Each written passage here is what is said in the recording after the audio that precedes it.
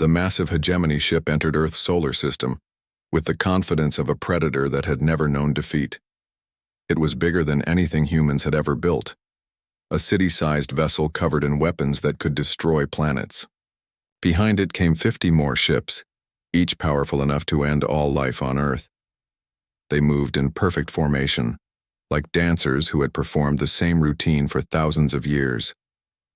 Admiral Jane Wilson stood on the bridge of the UES Defiant and watched the alien fleet approach on the main screen. She was 52 years old with gray streaks in her short brown hair. 25 years in space had taught her that the universe rarely gave humans any breaks. But it had also taught her that humans were very good at making their own luck. "They're broadcasting on all frequencies, Admiral," said Communications Officer Kyle Brown. He was young, barely 30, but the best at his job. "They're demanding, we surrender immediately." Wilson nodded and straightened her blue uniform jacket. "Put it on screen." The alien that appeared looked almost like a lizard standing upright. Its scales were dark green, and it wore a complex uniform with many badges and medals. When it spoke, the translation computer turned its hisses and clicks into English.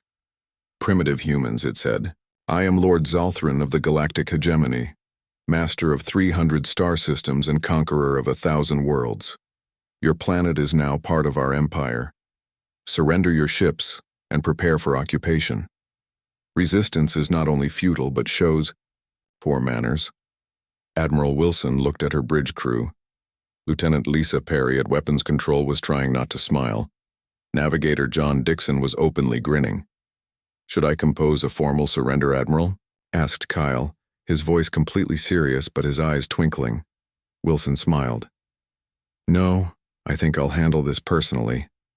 She stood up straight and faced the screen. "This is Admiral Wilson of Earth. We've reviewed your surrender terms and found them amusing. Perhaps you'd like to reconsider your position before things get embarrassing for you." The alien commander's face showed confusion, then anger. "You dare mock the hegemony? We have ruled the stars for 10,000 years. Our technology is centuries beyond yours. And yet here you are threatening a planet that just figured out how to leave its own solar system," Wilson replied. "Doesn't seem very impressive to me. If you're so advanced, why do you need our little world?" Lord Zalthran's scales darkened with rage. "Insolence! You will surrender or be destroyed," Wilson leaned forward. "We've studied your ships while you were making your dramatic entrance. Your shield frequencies are easy to track. Your weapons are powerful but slow to aim, and your formation tells me your battle tactics haven't changed in centuries. So no, we will not surrender." She nodded to Kyle, who cut the transmission. "Send the signal to the rest of the fleet," Wilson ordered. "Operation Mockingbird begins now." Across the solar system, 11 other Earth ships received the command. They were smaller than the hegemony vessels but faster and more maneuverable. Each one had been built with technology reverse-engineered from 3 previous alien encounters. The ships didn't look impressive, but appearances were deceiving. Captain Ben Russell of the UES Challenger was the first to respond. "Acknowledged. Admiral, time to show these bullies how we do things in the Sol system."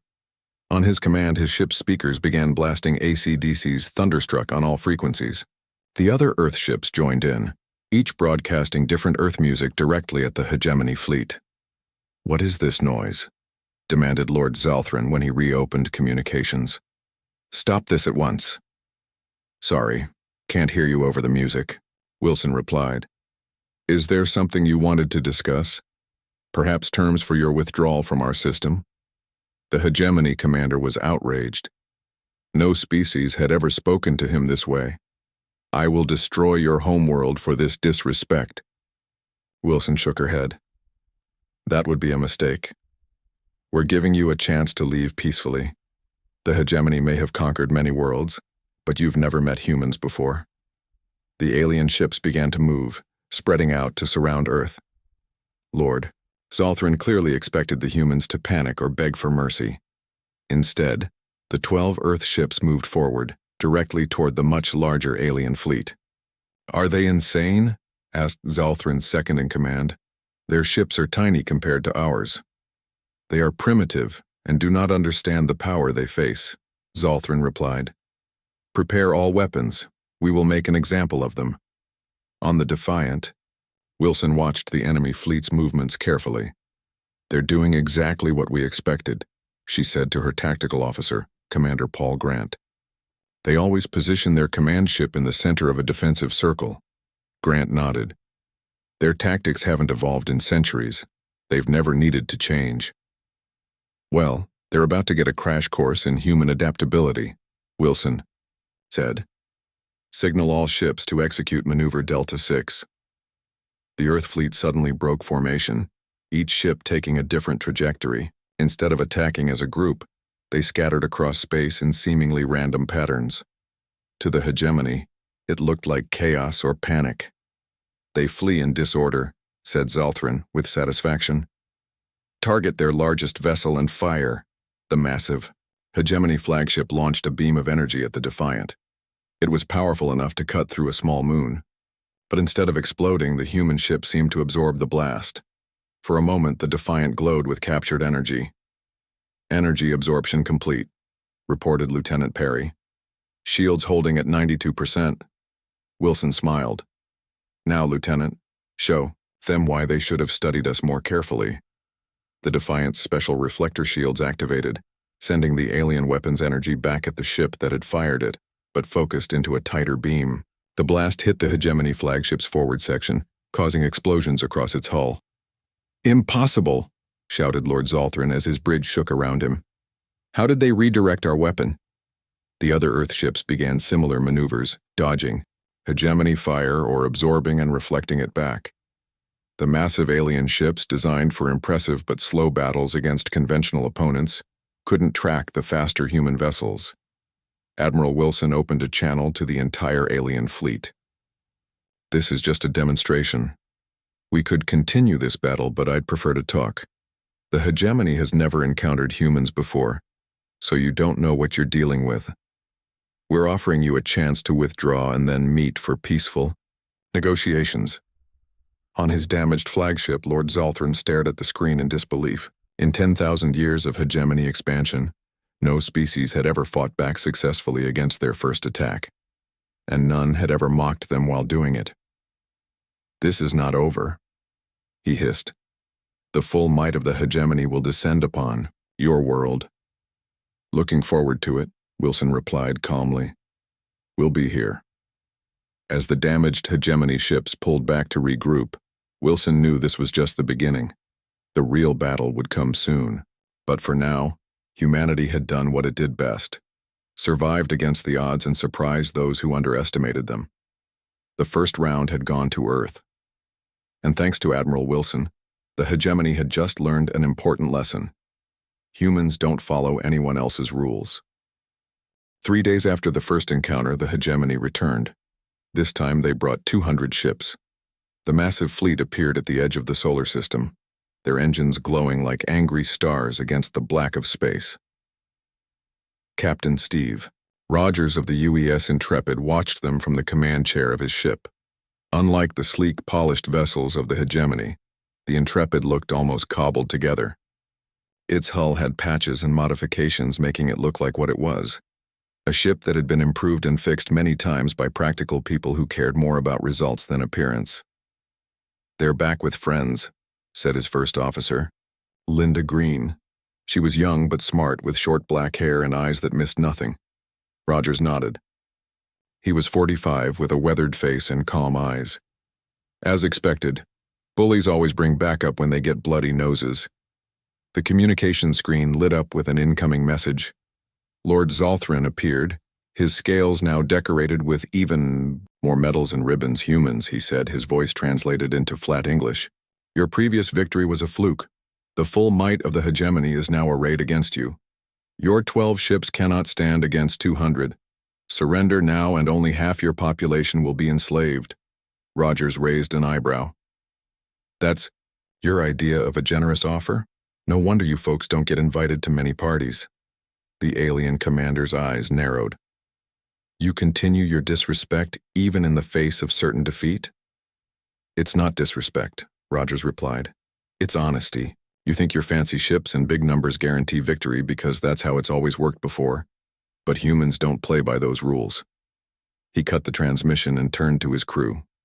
Battle stations, everyone. Time to show them why. Studying human history might have been a good idea. Across the solar system, all 12 Earth ships prepared for battle. They were outnumbered, but they had spent the last 3 days preparing. Admiral Wilson's voice came through the fleet communication system. All ships, execute Operation Hornet's Nest. Rogers grinned. You heard the Admiral. Let's make some chaos. While the hegemony arranged their ships in their traditional battle formation, a perfect sphere with command ships protected in the center, the Earth fleet did something completely unexpected. Instead of forming their own battle line, each ship headed in a different direction. The UES Intrepid accelerated directly toward the center of the hegemony fleet. It looked like a suicide run. Several alien gunners fired early, but the human ship dodged with maneuvers that seemed random and unpredictable. They have no formation, a hegemony tactical officer reported to Lord Zalthran. Each human ship is moving independently, violating all standard combat protocols. What are they doing? The commander demanded.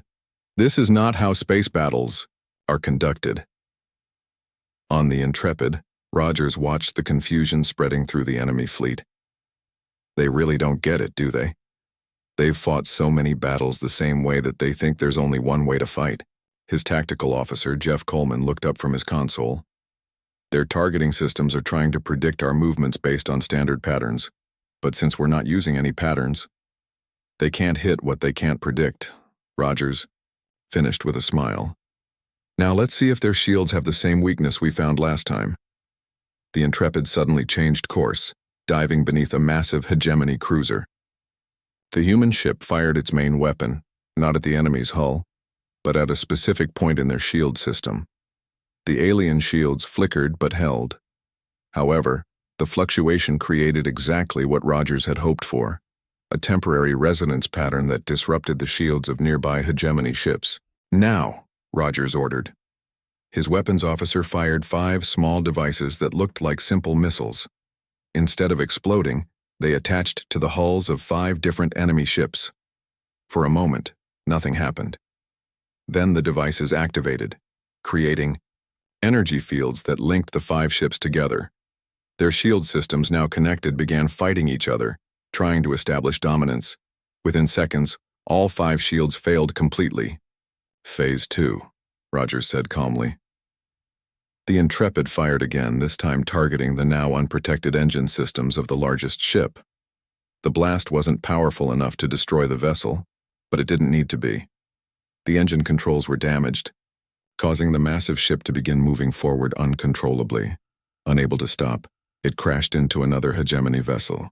Both ships didn't explode, but they were effectively out of the fight, tangled together and struggling to restore power. Similar scenes played out across the battlefield as each Earth ship employed different unconventional tactics. The UES Challenger released thousands of small drones that attached to enemy sensors, feeding them false data. The UES Dauntless fired special weapons that created temporary wormholes, teleporting sections of the hegemony fleet hundreds of miles from their intended positions. In the center of the hegemony formation, Lord Zalthran watched in growing horror as his perfect battle plan fell apart. What is happening? This is not how battles are fought. A junior officer, braver than most, spoke up. Sir, the humans aren't following any known tactical doctrine. They're improvising. Improvising? Zalthran almost choked on the word. War is not improvised. War follows the sacred patterns established over thousands of years. On the UES Defiant, Admiral Wilson monitored the battle. Captain Rogers, how's your team holding up? Rogers' voice came through clearly. Having the time of our lives, Admiral. These folks really don't know what to do when you don't play by their rules. Wilson smiled. Good. Keep them confused. Meanwhile, we're deploying the next phase. She turned to Lieutenant Susan Clark, a specialist in communications and electronic warfare. Lieutenant, are you ready to give our friends something else to think about? Clark nodded. Her fingers flew over her console. Yes, Admiral. Operation Mockingbird Part 2 is ready. Execute, Wilson ordered. Suddenly, every screen on every hegemony ship began showing images from Earth's history, but not the history of wars or conquests. Instead, they showed protests against authority, comedy shows mocking leaders, cartoons lampooning the powerful. "What is this?" demanded Lord Zalthran, as his own command screen filled with clips of human, stand-up comedians making fun of presidents and kings.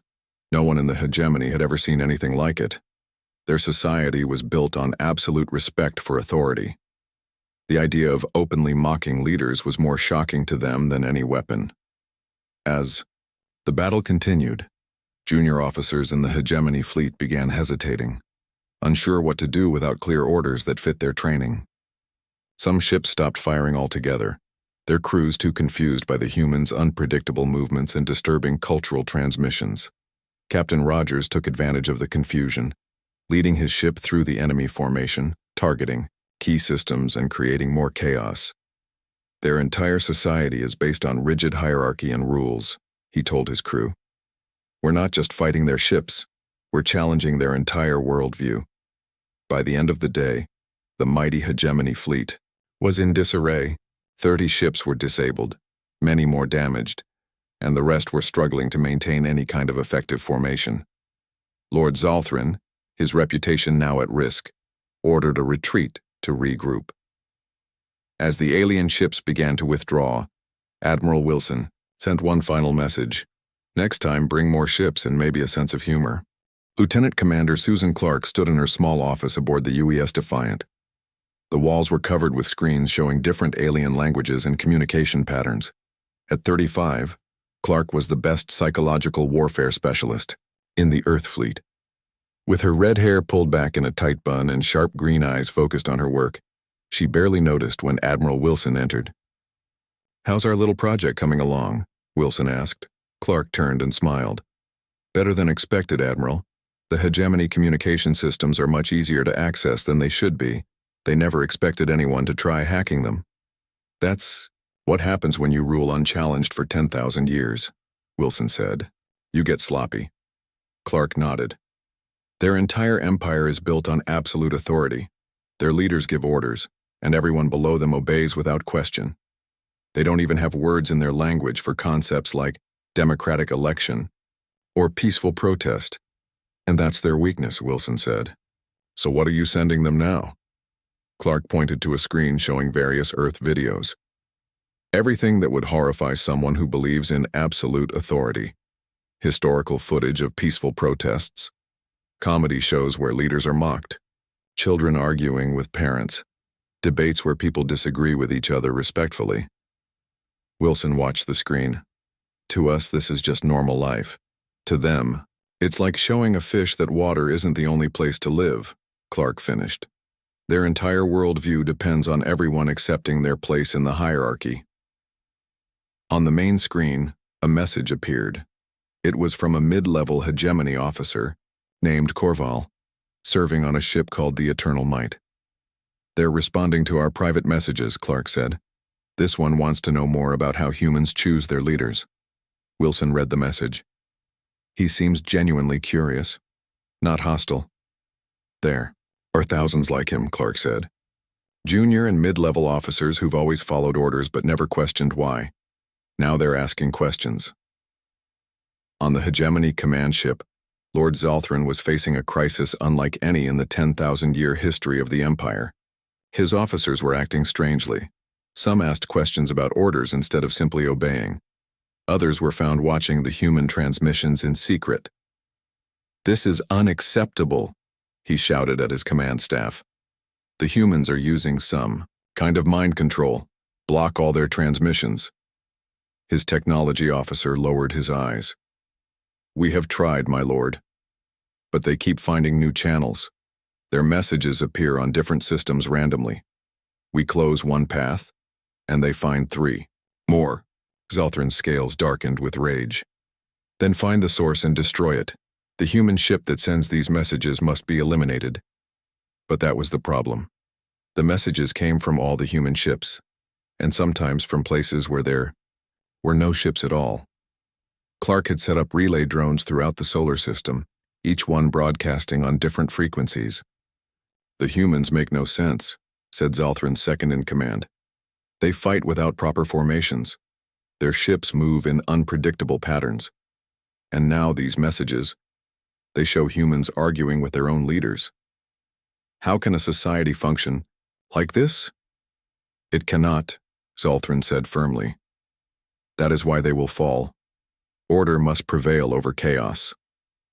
To demonstrate his authority, Zalthran ordered the public execution of 3 officers caught discussing human ideas. Their deaths were broadcast throughout the fleet as a warning. It was exactly what Susan Clark had hoped for. "He's doing our work for us," she told Admiral Wilson as they watched the executions. "This will turn even more of his people against him." Within hours, 5 hegemony ships broke formation. They moved away from the main fleet, powering down their weapons. Clark opened a secure channel to them.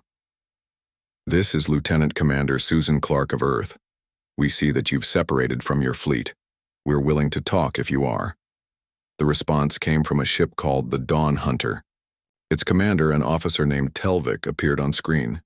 He looked nervous but determined. "The executions were wrong," he said simply. "Many of us have questions about the humans, about our own society." "We're happy to answer your questions," Clark replied, "and we promise no one will be executed for asking them."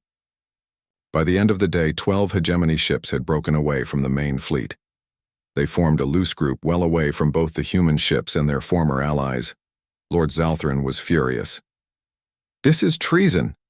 They will all be destroyed," ordered his remaining ships to target the defectors. But when the order was given, 6 more ships left the formation. On the Defiant, Admiral Wilson and Susan Clark watched the hegemony fleet beginning to fall apart. "We never fired a shot," Wilson said quietly. "Just showed them a different way of thinking." Clark nodded. "Their whole empire is built on the idea that hierarchy is natural and questioning authority is wrong. We just showed them that there are other ways to live." But Lord Zalthran wasn't defeated yet. Seeing his fleet crumbling, he made a desperate decision. He would attack Earth directly. If he could destroy the human homeworld, the rebellion would end. His remaining loyal ships, still more than 150 powerful vessels, began moving toward Earth. "They're making their move," Wilson said, watching them on the tactical display. "They're going for Earth." Clark looked worried. "We can't stop that many ships through psychological warfare alone." "We won't have to," Wilson said with a confident smile. "Captain Rogers has been busy while you were changing minds." On the UES Intrepid, Captain Steve Rogers watched the hegemony fleet approach. "They took the bait," he said to his crew. "Just like we planned." His first officer, Linda Green, looked at the tactical display. "The trap is ready, sir. All units in position." Rogers nodded. "Let's show them one more human trait they haven't learned yet." "What's that, sir?" asked a young officer. Rogers smiled. "Planning ahead." As the hegemony fleet moved toward Earth, they failed to notice small objects floating in space around them.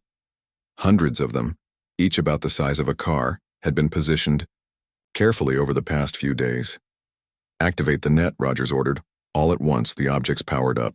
Each one generated an energy field that connected to the others, creating a massive web of force around the hegemony fleet. The alien ships suddenly found themselves trapped, unable to move forward or backward.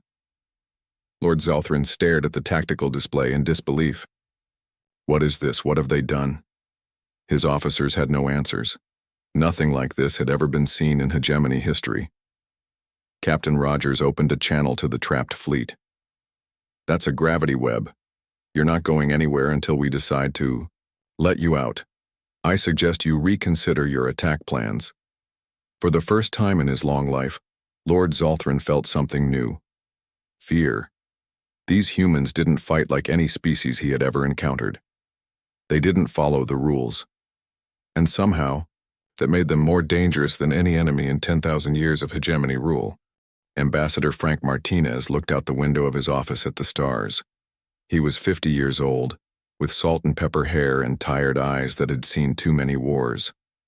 Before becoming Earth's chief diplomat, he had been a history professor. That background, which might have seemed useless in space, was now Earth's secret weapon. "Ambassador, they're ready for you," said his assistant, Ryan Kelly. Martinez nodded and straightened his simple gray suit. Unlike the hegemony officials with their elaborate uniforms and decorations, Martinez believed in plain speaking and plain dressing. "Let's hope this works better than our last 3 attempts at talking." He walked into the conference room aboard the UES Defiant. On the large screen, Lord Zalthran waited, his scales even darker than usual with anger. His fleet remained, trapped in the gravity web, unable to advance or retreat. "Lord Zalthran," Martinez said with a polite nod, "thank you for agreeing to speak with me." "I did not agree," the alien commander hissed. "You have given me no choice. Release my fleet immediately or face the consequences." Martinez smiled slightly. "What consequences would those be? Your ships can't move, your weapons can't penetrate our defenses, and more of your officers defect to our side every day. I'd say you're not in a position to make demands." Zalthran's eyes narrowed. "The hegemony has ruled the stars for 10,000 years. This temporary setback means nothing." 10,000 years is impressive," Martinez agreed. "But it also means you've forgotten how to adapt. Earth has seen empires rise and fall. The Romans, the Mongols, the British, the Americans all thought they would last forever. None did." "Are you comparing your primitive civilizations to the hegemony?" Zalthran asked with contempt. "I'm pointing out that no empire lasts forever," Martinez replied calmly, "especially ones that refuse to change with the times." He pressed a button, and the screen split to show the 27 ships that had now defected from the hegemony fleet. "These commanders chose to talk rather than fight. I'm offering you the same choice." Zalthran's response was immediate and harsh. "They are traitors. They will be executed when this is over." Martinez shook his head. "That attitude is exactly why you're losing this conflict. You see, I didn't just invite you to this call." He pressed another button, and the signal was broadcast to every ship in both fleets. "Everyone is hearing this conversation. Your crew, your officers, and all the other species you've conquered." For the first time, Zalthran looked uncertain. "What is the purpose of this?" "To offer an alternative," Martinez said. "Earth doesn't want to destroy the hegemony. We don't want your territory or your resources. What we want is peace, but a real peace, not one based on fear and control." He brought up images of Earth's nations, showing their flags at the United Nations. "Our planet has nearly 200 independent nations. We disagree, we argue, sometimes we even fight. But we've learned that diversity makes us stronger, not weaker." Zalthran looked confused. "This makes no sense. A single authority must control all, or there is chaos." "That's what we thought too for much of our history," Martinez admitted. "But we learned better, and now we're offering that lesson to you and all the species in the hegemony." He switched the display to show the various alien species serving in the hegemony fleet. "We've studied your empire. You control over 50 different species, yet only your kind holds positions of real power. The others serve because they must, not because they choose to." "As it should be," Zalthran said. "The strong rule the weak." Martinez smiled. "And yet your weak subjects are now questioning that rule. Interesting, isn't it? When given just a glimpse of another way to live." While this conversation continued, Susan Clark was working behind the scenes. Her team had created specialized communication channels for each alien species in the hegemony fleet. They were sending targeted messages, speaking to each race in culturally appropriate ways. To the warrior Krell, they spoke of honor in battle and respect for worthy opponents. To the scientific Volnar, they discussed free exchange of ideas and research without political control. To the artistic Alera, they showed Earth's museums and concerts where creativity flourished without censorship. On a hegemony ship called the Righteous Fury, a Krell officer named Gruul watched the humans' messages with growing interest. The Krell had been conquered 3,000 years ago, their warrior culture suppressed and controlled. The humans spoke to them as equals, as worthy opponents who deserved respect rather than subjugation. These humans understand honor, Gruul told his fellow Krell. They fight not for conquest but for freedom. Similar conversations were happening throughout the fleet. Species that had been kept separate by hegemony rules were now talking to each other through channels the humans provided. Lord Zalthrin, unaware of these conversations, continued his debate with Martinez. Your ideas will bring only chaos. The species we rule need firm guidance. You mean the species you conquered, Martinez corrected. And I think they can decide for themselves what they need. He looked directly at the camera. To everyone serving in the hegemony fleet, Earth offers friendship, not conquest. We recognize your right to determine your own future. Those who wish to talk rather than fight will be welcomed. Zalthrin's face contorted with rage. Silence this transmission immediately, he ordered his communications officer. But it was too late. Across the fleet, the seeds planted by Clark's psychological operations and watered by Martinez's diplomacy were sprouting. More ships began powering down weapons. Some sent tentative messages asking about Earth's offer. Martinez watched with satisfaction as the tactical display showed ships changing status from hostile to neutral. This is how Earth fights, Lord Zalthrin. Not just with weapons, but with ideas. Zalthrin's voice became desperate.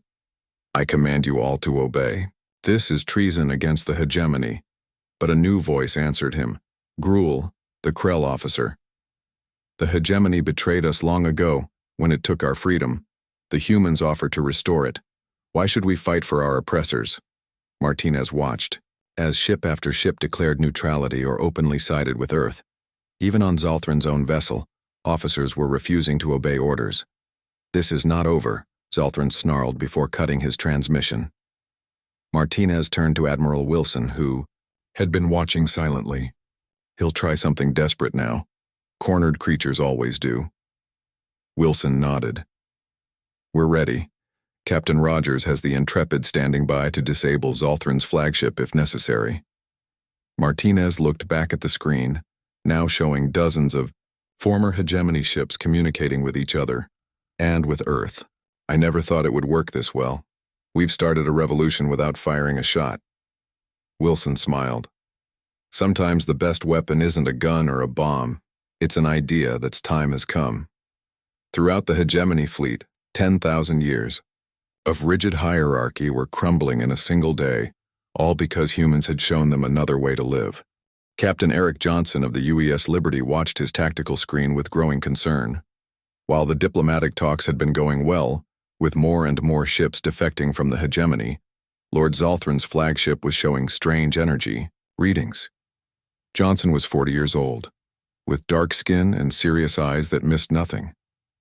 Something's wrong, he told his weapons officer, Alicia Davis. They're redirecting power to their main weapon systems. Davis nodded. Readings suggest they're charging for a massive strike. Target appears to be Earth itself. Johnson immediately opened a channel to Admiral Wilson. Admiral, the hegemony flagship is preparing to fire on Earth. Their weapon charge is off the charts. Wilson's response was immediate. All ships intercept course, stop that flagship at all costs. But the human ships were spread out across the solar system, dealing with the defecting alien vessels. Only the Liberty was close enough to intervene in time. Johnson made a quick decision. Full power to engines, set intercept course. His first officer, Greg Phillips, looked concerned. Sir, our shields can't withstand that level of firepower if they target us. They won't be targeting us, Johnson replied. They're going for Earth. Our job is to make sure that shot never reaches its target. The Liberty accelerated, positioning itself between the hegemony flagship and Earth. On his command screen, Lord Zalthrin appeared, his scales almost black with rage. Move your vessel, the alien commander demanded. This is your final warning. Johnson shook his head. We both know you're planning to fire on our homeworld. That's not happening while I'm here. Zalthrin's eyes narrowed. One ship cannot stop us. Your sacrifice will be pointless. Maybe, Johnson admitted, but humans have a long history of standing up to bullies, even when the odds are against us. He cut the transmission and turned to his crew. Prepare all defensive systems and send a message to Admiral Wilson. Tell her we need that translation matrix now. On the Defiant, Susan Clark was putting the finishing touches on humanity's most important technological achievement. It wasn't a weapon or a shield, but something far more powerful. A universal translation system that would allow all species in the galaxy to communicate directly with each other, without hegemony control. Or filtering. It's ready, Admiral, she told Wilson.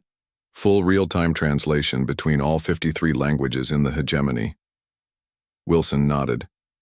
Deploy it, and make sure every ship receives it. Clark activated the system. Immediately, communication channels throughout both fleets came alive. For the first time in thousands of years, the different species of the hegemony could speak freely to each other, without their conversations being monitored or controlled. On the hegemony flagship, confusion spread as officers and crew members suddenly began hearing transmissions from other ships, not just official communications but private conversations, discussions, and debates about what was happening. A junior officer approached Lord Zalthran hesitantly. Sir, we're receiving thousands of transmissions. Every species is talking to the others. We can't block them. Zalthran ignored him, focused on his target. Prepare to fire on Earth, full power. But his weapons officer didn't respond. Rondor, the command bridge. Other officers were listening to the transmissions, hearing the truth about the humans and their offer of freedom and cooperation. Sir, said his second-in-command, perhaps we should consider the humans' proposal. Many ships have already accepted it. Zalthran turned on him with fury. You dare question me? I am the voice of the hegemony. You are one voice, the officer replied. There are many others now. Seeing the defiance spreading, Zalthran pushed his weapons officer aside and reached for the firing controls himself. I will show these humans what happens to those who challenge the hegemony. On the Liberty, Captain Johnson watched as the hegemony flagship's main weapon reached full charge. Brace for impact, he ordered. His ship was the only thing between that weapon and Earth, but the expected blast never came. On the hegemony flagship, 3 officers moved quickly, restraining Lord Zalthran before he could fire. This ends now, said his former second-in-command. Too much blood has been shed for pride and power. Across the fleet, the Universal Translation Matrix continued its work. Species that had been enemies or strangers for thousands of years were now talking directly to each other, sharing their experiences under hegemony rule and discussing what might come next. The Krell warrior Gruul opened a channel to Captain Johnson. Human, your ship was prepared to be destroyed to protect your world. This is the action of a true warrior race. Johnson nodded. We protect our own. As do we, Gruul replied. Lord Zalthran has been removed from command. The flagship is now under our control. Similar reports came in from throughout the fleet. Without firing a shot, the translation matrix had accomplished what no weapon could. It had brought down the entire command structure of the hegemony. 2 days later, representatives from 27 species gathered on the Defiant. Some had been enemies for thousands of years. Others had never been allowed to meet. Now they sat together, talking freely with the help of the translation matrix. Admiral Wilson, Captain Rogers, Lieutenant Commander Clark, and Ambassador Martinez represented Earth. They sat not at the head of the table but as equals among the other species. Martinez addressed the gathering. We didn't come here to create a new empire with humans in charge. That's not our way. We came to suggest a new approach, one where all species have a voice. A representative of the Volnar, a species known for their scientific achievements, spoke up. The hegemony has fallen. What will replace it? That's for all of you to decide, Martinez replied. On Earth we have organizations where nations work together while maintaining their independence. Perhaps something similar could work here. Gruul, representing the Krell, nodded his massive head. The humans have shown wisdom as well as courage. They could have destroyed us. Instead, they offered friendship. Over the next several hours, the foundations were laid for a new alliance. Not an empire ruled by one species, but a council where all had equal standing. Earth would join not as conquerors, but as partners.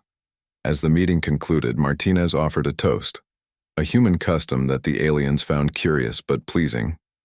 To the future, he said, raising his glass. May we find more to laugh about than to fight over.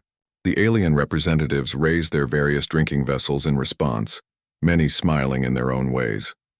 Later, as the Earth representatives gathered privately, Admiral Wilson looked at her team with pride. We came here expecting a war. Instead, we've made friends across the galaxy, Captain Rogers grinned. And all it took was refusing to be intimidated and showing them that mockery is sometimes more powerful than missiles. Martinez nodded.